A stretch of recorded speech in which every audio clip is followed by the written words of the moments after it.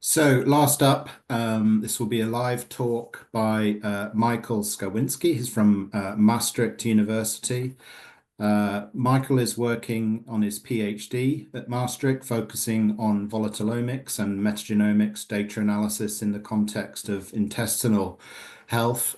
He's interested in how the human microbiome, nutrition, immunology, and mental health are all connected, and how we can use that knowledge for better diagnostics, profiling, and preventative treatments to improve well-being in general.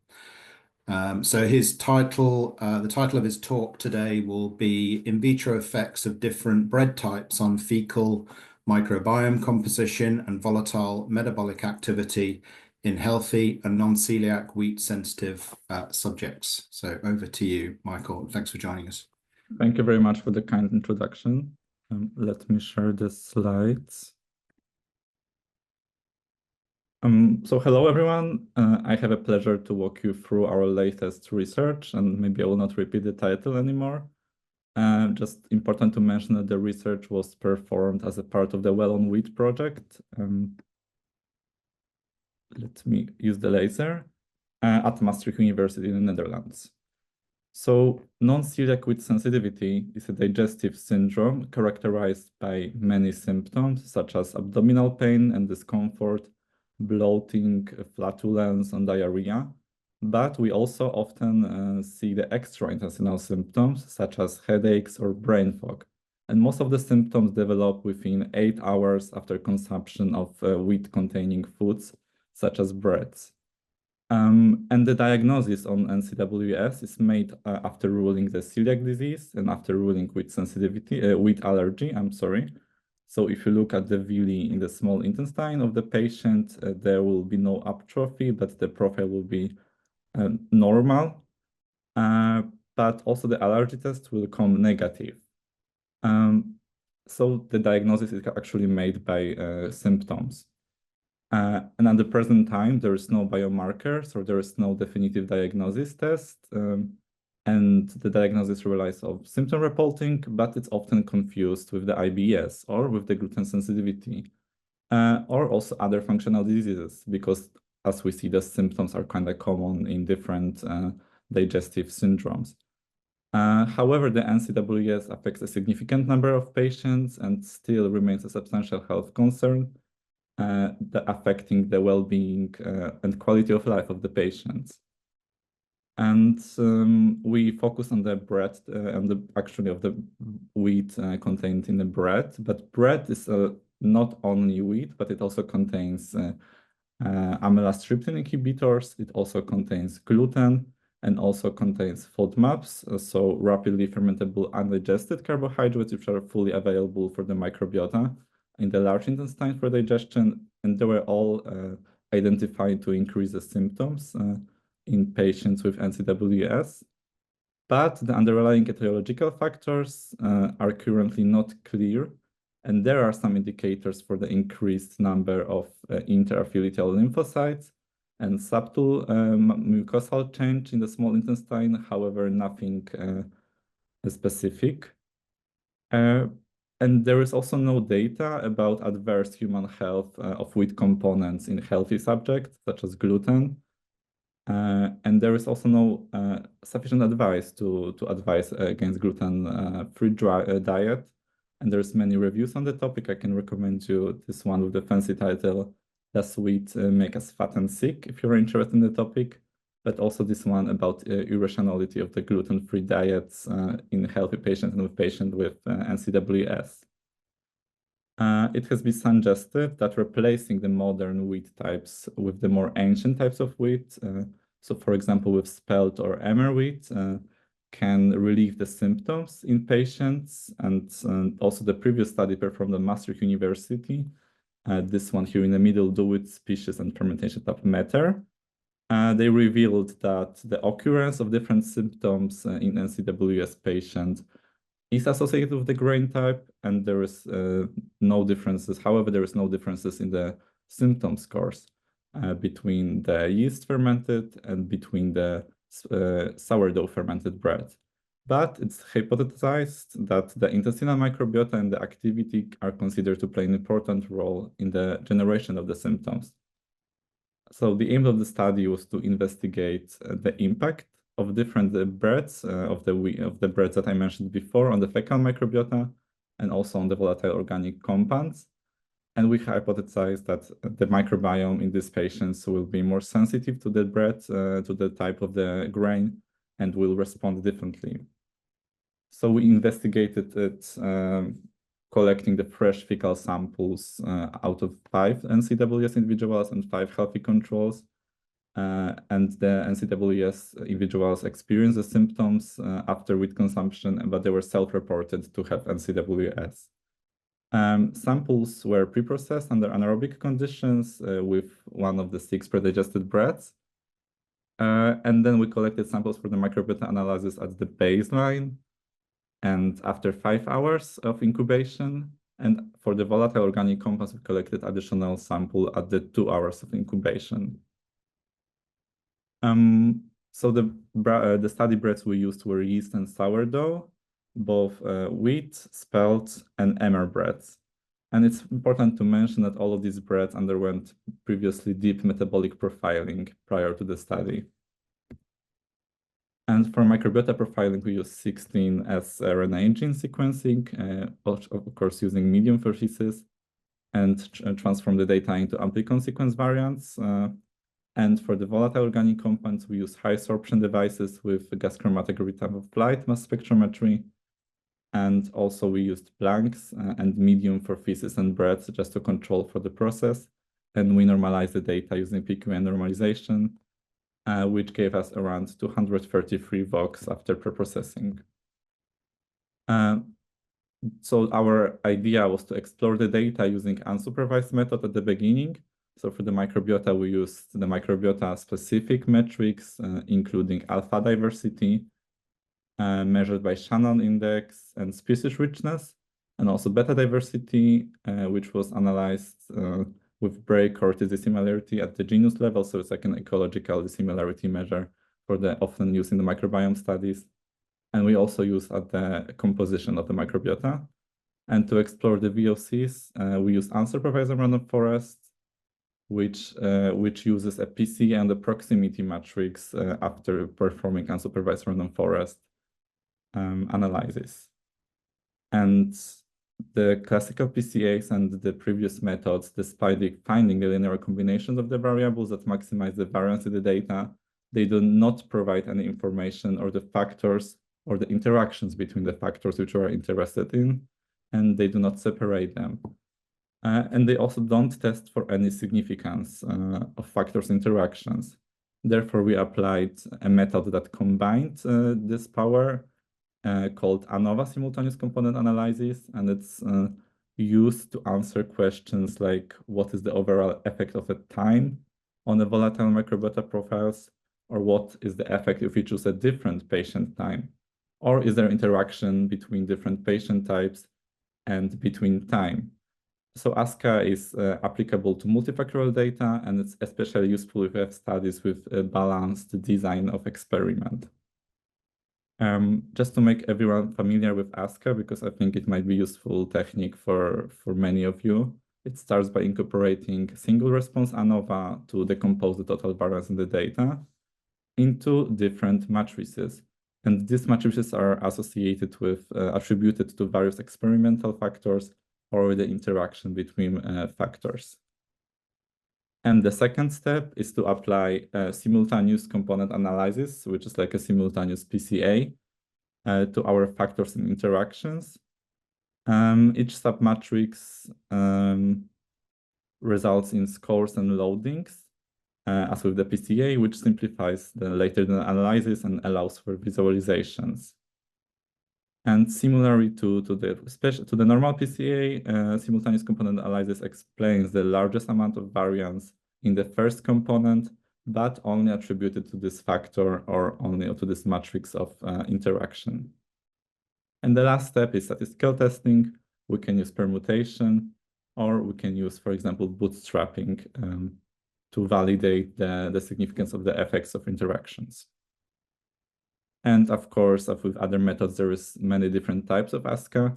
We used special ASCA for repeated measurements, which uses linear mixed models and bootstrapping to validate the data.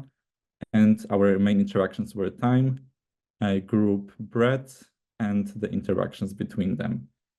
Time being time point 0, time point 5, and for the volatiles also time point 2. Group being the NCWS and healthy subjects, and breadth, one of the 6 breadths that I mentioned before. Let's go to the results now. Firstly, with the microbiota data, we analyzed the alpha diversity, and here just to walk you through the slide because it can be quite complicated. We have alpha diversity represented by Shannon index and by species richness below, and each bar is colored according to the breadth type.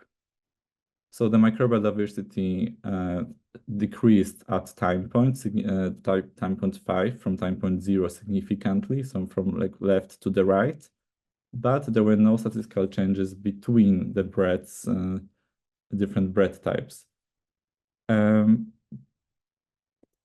Similarly, we observed similar results we observed from the beta diversity. So again, I will just walk you through this plot. Each kind of point on the plot represents a single sample, and it's colored by patient type, with the greenish colors being the healthy patients, the reddish colors being the NCWS patients, and the shape represents the breadth type.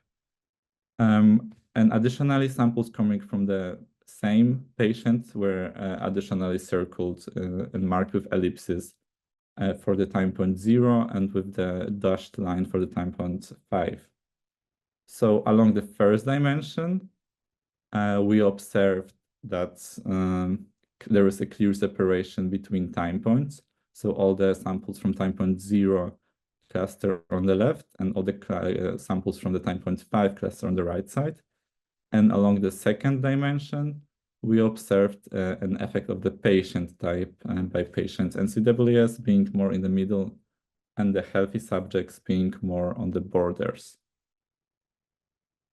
And we also, of course, wanted to explore the composition. So we visualized the relative abundance at the genus level with this circle plot, which might be a little bit complicated, but just what we are looking at is each individual bar represents one sample. And again, it's grouped by the patient type and by the time point. So at the first look, we don't observe any clear differences between the breadths. However, at time point 0, we observe higher abundance of Volatile of Alistipis genus in the NCWS patients. And we also observe the increase of Escherichia shingella genus with time. So from time point 0 to time point 5. And let's look now at our ASCA ANOVA simultaneous component analysis.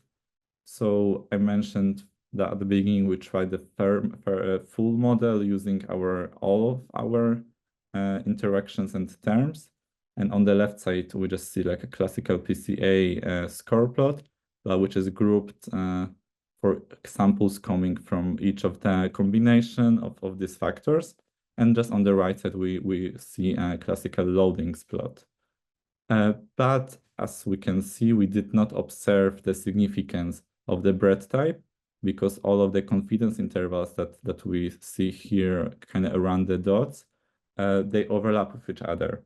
Therefore, we tried again another ASCA without the effect of the breadth, just to simplify the analysis. Yes, so these factors we omitted in removed in this another model. And in our simplified model, we just observe the groups healthy and non-celiac with scientific patient at time point 0 and time point 5 because the breadth is removed because it didn't show any significant effect. And we can conclude that the main significant changes from the microbiota is associated with the patient type because there is this don't overlap with each other, those points. And we can also identify the top loadings derived for this effect, which here were Suterella, Butyricimonas, and Parabacteroides. And also we can identify the negatively associated loadings like Rachnotila or Barnesiolaceae family. Let's move now to the volatile compounds analysis. And first, we performed unsupervised random forest to also check the separation between our samples, between the blanks and between the mediums, just to look if our process was kind of correct and if our samples differ for the mediums and there is any effect of our study design, so the predigested breads. And the samples are represented in yellow. The medium are represented with different greenish colors, and the blanks are represented with the bluish colors. And we can conclude and observe that our samples differentiate clearly from the mediums and also from the blanks on the left side. And again, we performed ASCA for the volatile organic compounds data. But again, we don't see the effect of breads because all of the groups confidence intervals overlap with each other. Therefore, we can also remove this factor. And with the simplified model, we observe that the main significant effect is associated for the volatile organic compounds with time, because patient types overlap with each other. However, the times, especially between time 0 and time 0.5, don't overlap. And we can also look at the further PCs, because as I mentioned before, we get the first PC explains the most variance in the data, the other PCs less variance. And if you look at the second PC, the effect of the patient type is more explained with the second PC. And again, we can, of course, look at the significantly at the top loadings. However, as this is still a preliminary results, we identified the box, and we want to do it in the following weeks. So if you hold on and read the final publication, we definitely want to come back to it and associate our look at the metabolic activity with the top box. Just to summarize, from the microbiota part of data, the microbiota clustered to each individual, and the main significant interaction between factors was explained by patient type. But on the other hand, looking at the volatile organic compounds data, of course, the sample is different from medium, but the interaction was more explained by the time effect. So if you combine it together, while bread doesn't dramatically change the microbiome in our study, especially the types of bread we used, it suggests that we can use this data to kind of monitor the microbiota and volatile organic compounds profiles. And this can provide like a non-invasive proxy. And also we can look at the activity and mechanism in the non-celiac with sensitive patients, which are still unclear. And there is still more work needed to validate the finding in larger human trials. But we already see that this has the integration of the data has a potential for the analysis. And I will like to, at the end, thank to all the contributors, all the collaborators of the study.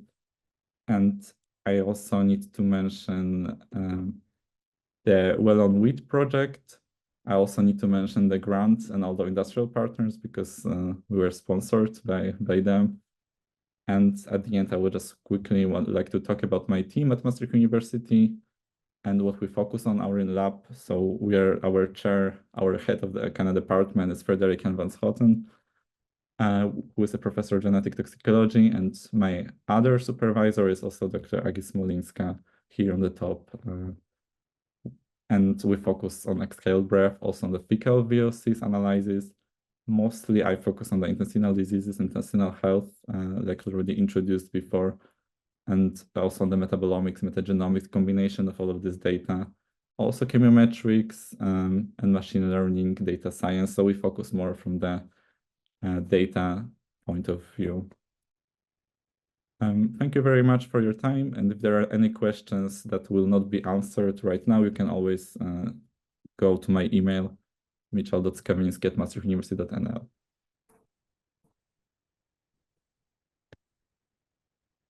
Thank you, Michal. If you can maybe turn your camera on as well.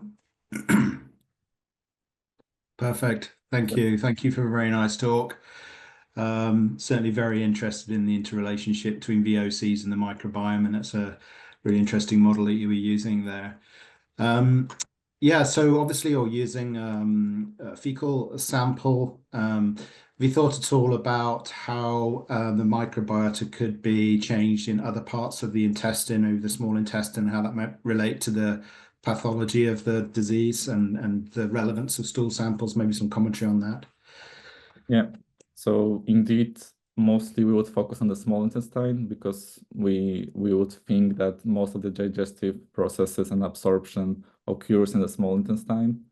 Of course, the fecal samples, yeah, they provide more a proxy from the distal colon microbiota, not for the small intestine microbiota. But still, the patients developed symptoms that were associated with also the large intestine. So we can, yeah, it's also about non-invasive diagnosis.